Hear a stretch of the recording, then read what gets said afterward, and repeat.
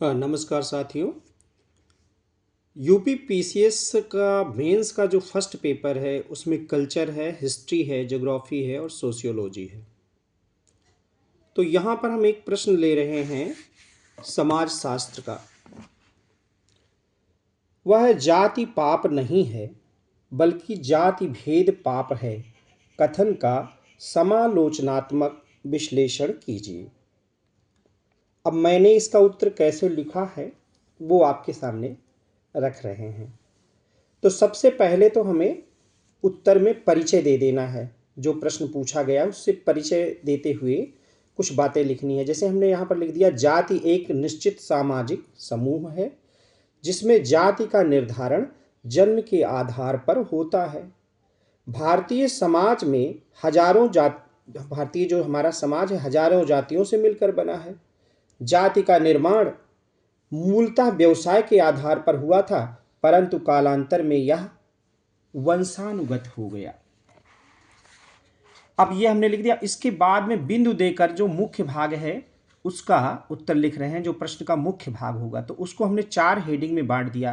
पहली हेडिंग में हमने लिख दिया जाति आधारित असमानता, दूसरी में लिख दिया ऐतिहासिक अन्याय, तीसरी मानवाधिकारों का उल्लंघन, चौथी समकालीन प्रासंगिकता, पांचवी सांस्कृतिक महत्व क्या है, और फिर उसके बाद में उसका उपसंहार कर दिया यानी कॉन्क्लूड कर दिया। ये मेंस का प्रश्न है मुख्य परीक्षा का। तो अब जाति आधारित असमानता को मैंने कैसे जो है एक्सप्लेन किया है वो आप देख लीजिए। जाति आधारित असमानता, जाति भेद पाप है क्योंकि यह भेदभाव, असमानता आदि से युक्त है। जाति के आधार पर किसी भी व्यक्ति को अवसरों से वंचित करना, संसाधनों तक पहुंच को सीमित करना एवं सामाजिक बहिष्कार करना पाप के समान है। हमारे समाज में ऐसा होता रहा है जो कि गलत हो गया। महात्मा गांधी ने ऐसी पापपूर्ण प्रवृत्ति का विरोध किया था। तो अब इसमें एक नेता का भी हमने उदाहरण दे दिया। क्योंकि परीक्षा हाल में समय भी बहुत कम रहता है, इसलिए उत्तर हमें जल्दी लिखना है। और क्योंकि मुझसे गलतियां हुई हैं कि जल्दी नहीं लिख पाया, इस वजह से मेरे प्रश्न छूट रहे थे। इसके पहले की मुख्य परीक्षा में प्रश्न छूटने भी ना पाए, इस बात का हमें ध्यान रखना है। तो बहुत ज़्यादा अगर ले आएंगे इसमें तो बहुत सारा लिख सकते हैं हम लोग सोच सोच करके, लेकिन हमें बहुत जल्दी लिखना है और मुख्य मुख्य बिंदु उसमें दे देने हैं उत्तर में। ज़्यादा छूटने न पाए और बहुत ज़्यादा भी नहीं लिखना है क्योंकि हमें समय का भी ध्यान रखना है। तो दूसरी हेडिंग हमने लिया कि ऐतिहासिक अन्याय। इतिहास में जो जाति के आधार पर अन्याय हुआ है अतीत में, उसके कुछ बिंदु रख दिए।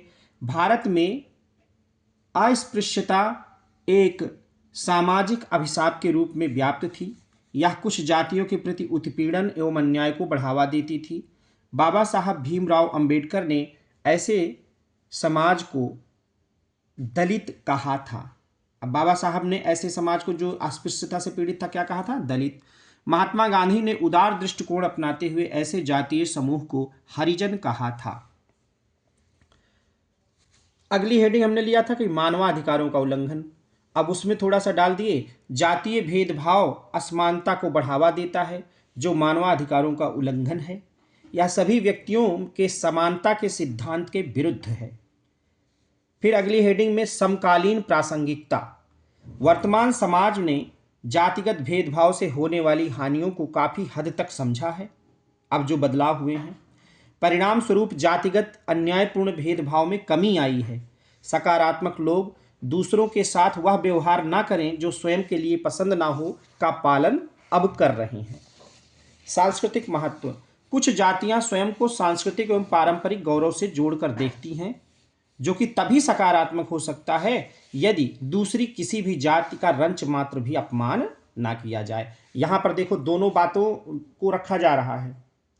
कुछ जातियों का सांस्कृतिक महत्व भी स्वीकृत किया जा रहा है, लेकिन वो सांस्कृतिक महत्व तभी स्वीकृत किया जाएगा जब उससे किसी दूसरी जाति का अपमान ना हो।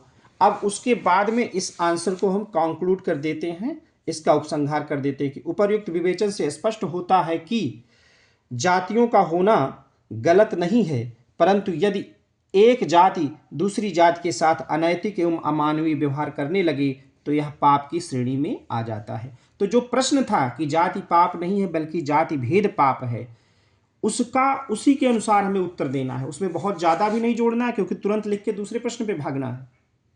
समय नहीं रहेगा वहाँ, मुख्य परीक्षा में समय नहीं रहता है, समय की बड़ी कमी खलती है वहाँ। 3 घंटे वैसे रहता है पेपर, लेकिन पता नहीं चलता कब बीत गया।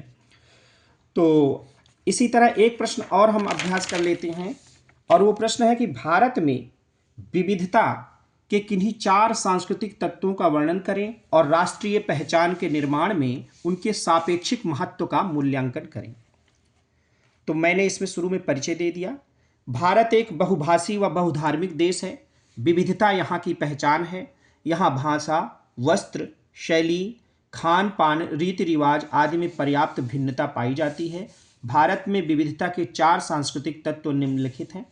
तो उसमें से नंबर 1 ले लिया, भाषाई विविधता। भारत भाषाई रूप से सबसे अधिक विविधताओं वाला देशों में से एक है।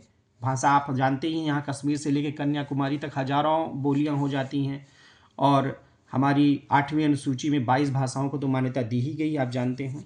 तो हमने यहाँ भाषाई विविधता में ये लिख दिया कि इसमें 22 भाषाओं को संविधान की 8वीं अनुसूची में शामिल किया गया है। भाषाओं के बारे में एक कहावत प्रचलित है कि 4 कोस पे पानी बदले 8 कोस पे वाणी। ऐसे धार्मिक विविधता दूसरी हेडिंग में है कि भारत में विभिन्न धर्मों के लोग जैसे हिंदू, मुस्लिम, सिख, बौद्ध, जैन, ईसाई, पारसी आदि पाए जाते हैं।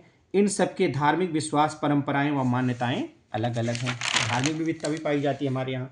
फिर परंपरा, पहनावा व खान पान, इसमें भी विविधता पाई जाती है। भारत में धार्मिक अनुष्ठान, संस्कार, संगीत, नृत्य तथा व्यंजनों की समृद्ध परंपरा है। यहाँ न सिर्फ भोजन अलग अलग है, बल्कि उनके पकाने की विधि भी अलग अलग है। उदाहरण के लिए उत्तर भारत के लोग दाल, चावल, सब्जी, रोटी खाते हैं, जबकि दक्षिण भारत में इडली, डोसा, उत्तपम, उपमा, सांभर आदि खाया जाता है।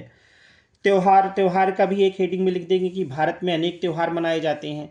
भारत में 3 प्रकार के त्यौहार मुख्यतः मनाए जाते हैं। राष्ट्रीय त्यौहार जैसे स्वतंत्रता दिवस, गणतंत्र दिवस, ये सब हो गया। पारंपरिक त्यौहार होली, दिवाली।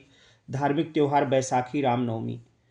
अब इसको आंसर को धीरे धीरे जो प्रश्न पूछा गया है, प्रश्न क्या पूछा गया था कि भारत में विविधता के किन्हीं 4 सांस्कृतिक तत्वों का वर्णन करें और राष्ट्रीय पहचान के निर्माण में उनके सापेक्षिक महत्व का मूल्यांकन करें। तो अब दूसरा भाग प्रश्न का था कि इसका मूल्यांकन करना है कि इसका सापेक्षिक क्या महत्व है। तो इसका सापेक्षिक महत्व में हम 2 बिंदु लिख देंगे कि भारत के विविध सांस्कृतिक तत्वों ने भारत को एक ऐसे देश के रूप में देखा जो सभी की परंपराओं और विश्वासों को मान्यता देता है। इसमें विविधता में एकता के आदर्श की प्राप्ति हुई है। भारत में विविध संस्कृतियों के विभिन्न रूपों के अस्तित्व ने भारत को सहिष्णु व समन्वय का एक केंद्र बना दिया। जब संपूर्ण विश्व समुदाय नस्ल, रंग और भाषा के आधार पर संघर्षरत था, तब भारत अनेकता में एकता की राह पर चल रहा था। अतः स्पष्ट है कि भारत को एक राष्ट्र का आकार देने में सांस्कृतिक विविधता की महत्वपूर्ण भूमिका है, जो भारतीय संस्कृति के सांस्कृतिक अनुकूलन पर आधारित है।